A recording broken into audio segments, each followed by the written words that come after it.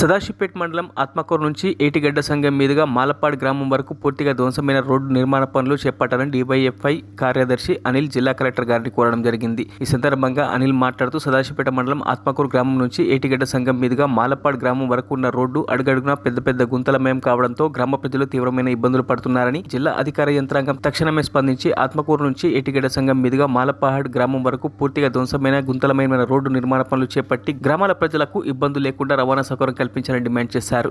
ఈ వర్షాకాలం ప్రారంభమైంది. ఈ వర్షాకాలంతో ఆ రోడ్డు మొత్తం చెడిపోయిన రోడ్లో గుంతల వాటర్ నిలవడంతో అక్కడి నుంచి వెళ్ళే గ్రామ ప్రజలు కానీ విద్యార్థులు కానీ యువకులు కానీ ఆ గుంతలలో పడి ప్రమాదాలకు గురవుతున్నారు.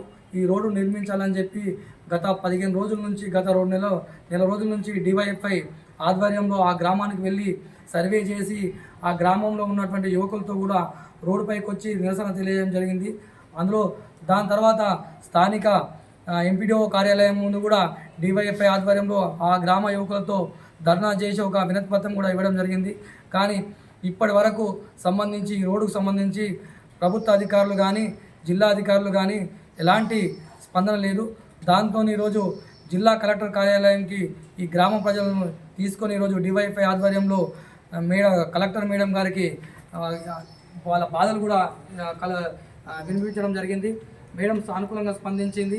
ఏదైతే ఆత్మకూరు నుంచి మాలపాడు వరకు రోడ్డు నిర్మించడం కోసము మేము కృషి చేస్తాం. ఇంతవరకు కూడా ఇప్పటి వరకు మాకు ఈ సమస్య ఎవరు కూడా మా దృష్టికి తీసుకురాలేదు.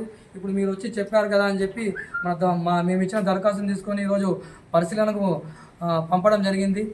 వెంటనే ఈ రోడ్డు నిర్మించి ఈ గ్రామాల ప్రజల యొక్క ఇబ్బందులు తొలగించే విధంగా జిల్లా కలెక్టర్ మేడము చర్యలు తీసుకుంటారని చెప్పి మేము డివైఎఫ్ఐ జిల్లా కమిటీ పక్షాన ఆశిస్తున్నాం. గ్రామ ప్రజల ఇబ్బందులను కూడా తొలగిస్తారని చెప్పి ఆశిస్తున్నాం. లేని ఎడల పెద్ద ఎత్తున ఆ గ్రామ ప్రజలను సమీకరించి ర్యాలీలు ధర్నాలు నిర్వహించాల్సి ఉంటుందని చెప్పి ఈ సందర్భంగా ప్రభుత్వ అధికారులను విజ్ఞప్తి చేస్తున్నాం. మరిన్ని అప్డేట్స్ కోసం మా ఛానల్ని సబ్స్క్రైబ్ చేయండి.